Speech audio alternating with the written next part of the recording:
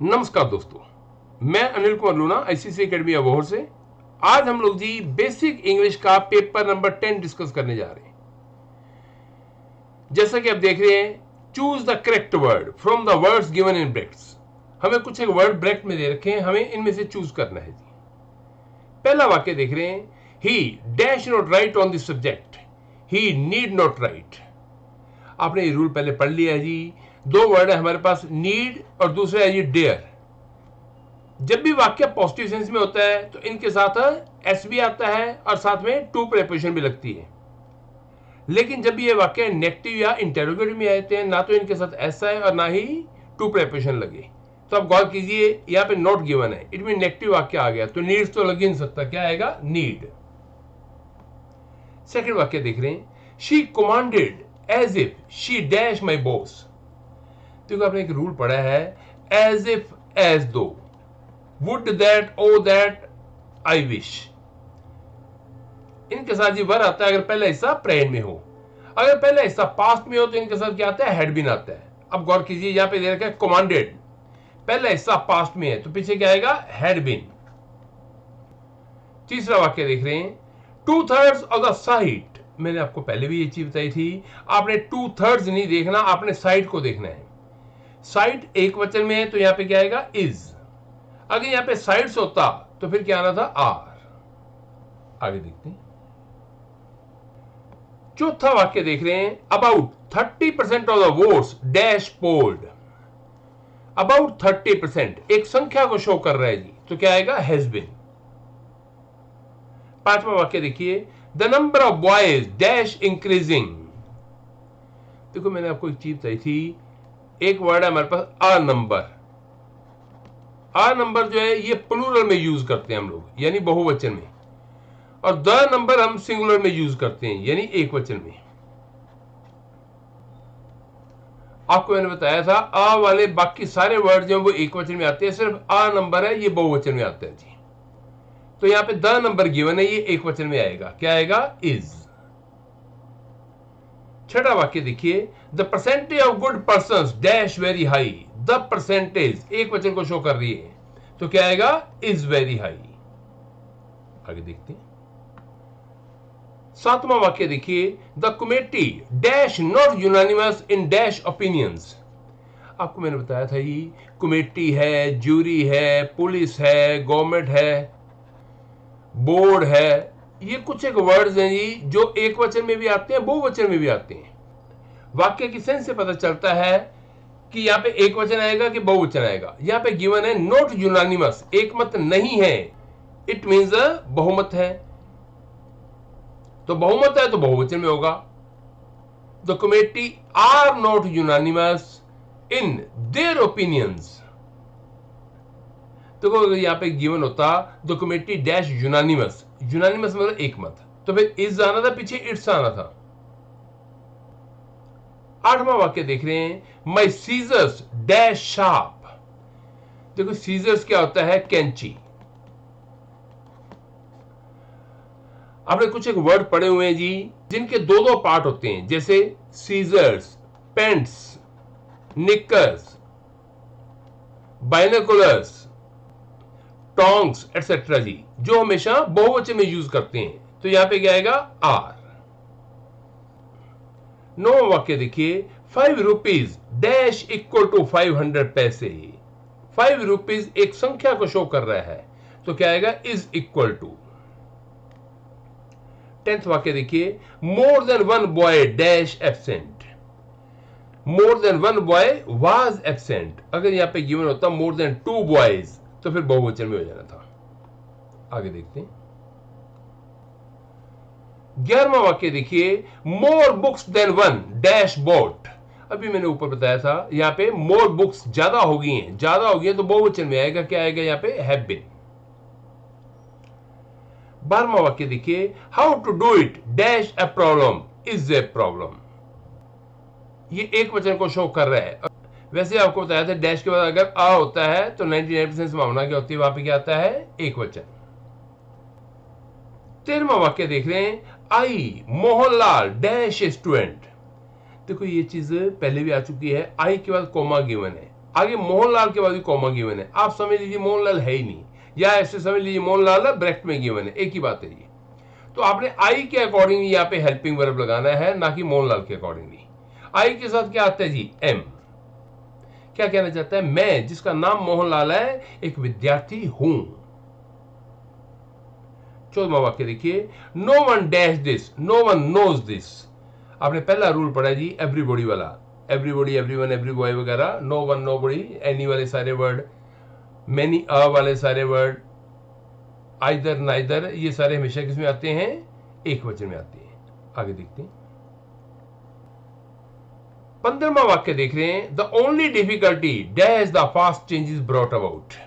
The only difficulty, difficulty एक है तो क्या आएगा, इज। 16वां वाक्य देखिए, the men who dash here dash my friends. ये रूल जी पहले भी 2 बार बता चुका हूं मैं, हु, विच, दैट। इन तीनों वर्ड्स को ध्यान से समझिए, इनका पेपर में एक वाक्य अक्सर आ जाता है जी। इनसे तुरंत पहले वाला वर्ड देखिए, हु से तुरंत पहले क्या है, मेन। मेन जो है बहुवचन में है, तो इसके अकॉर्डिंग यहां पे हेल्पिंग वर्ब आएगा, क्या आएगा, आर। और आपको बताया था जब भी 2 डैश गिवन हो तो दोनों में एक ही वर्ड आता है, तो यहां पे भी दूसरे में भी आर आएगा। क्या वाक्य देख रहे हो, the men who are here are my friends.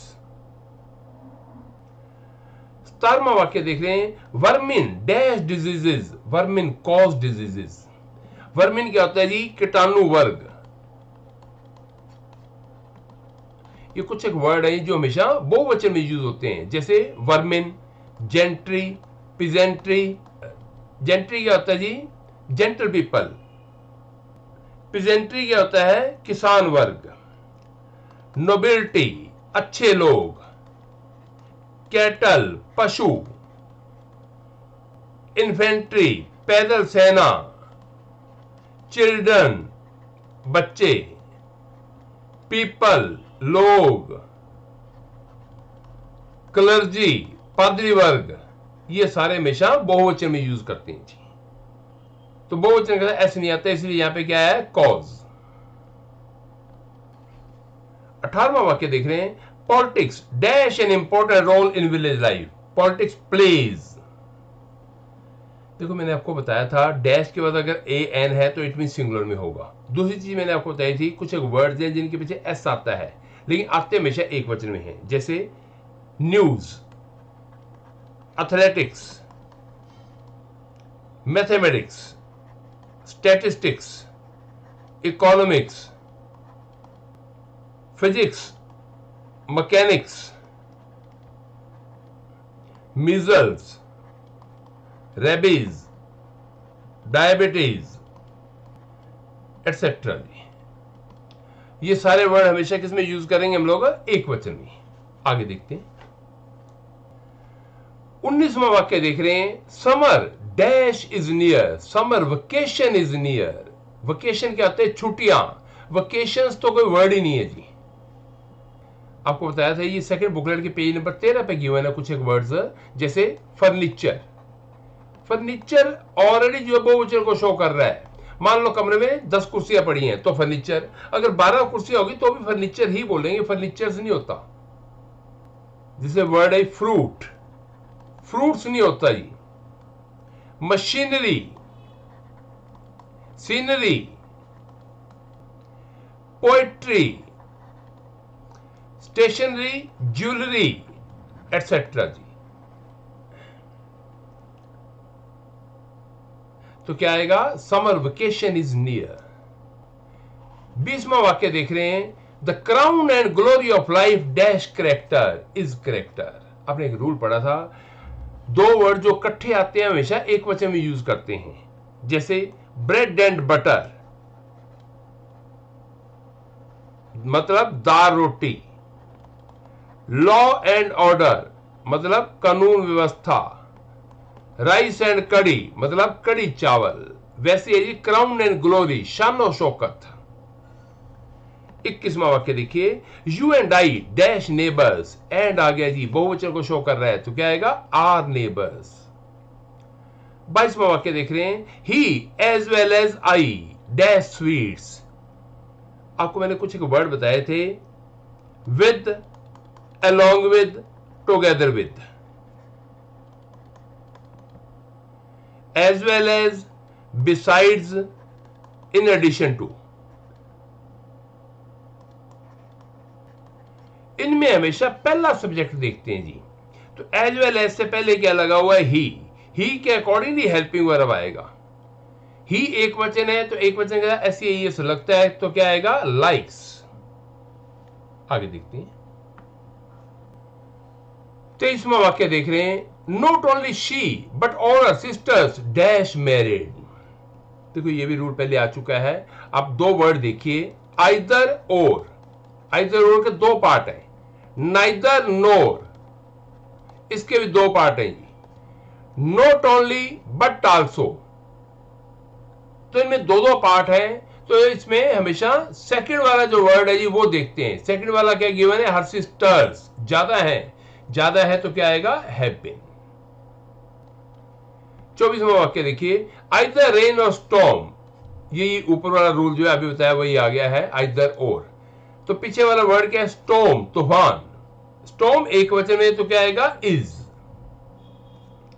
25वां वाक्य देखिए, ये भी यही रूल है जी, नाइदर नॉर वाला आ गया। Neither main nor women. पिछला वर्ड देखेंगे, विमेन बहुवचन में दे रखा है तो क्या आएगा? Have done it. तो उम्मीद करता हूं सारा आपको अच्छे समझ आ गया होगा। इसकी ज्यादा से ज्यादा प्रैक्टिस कीजिए ताकि इसके ऊपर आपकी मास्टरी हो पाए जी। अगर आपको वीडियो अच्छा लगा हो तो इसे ज्यादा से ज्यादा लाइक कीजिए, शेयर कीजिए और चैनल को सब्सक्राइब कीजिए। Thank you.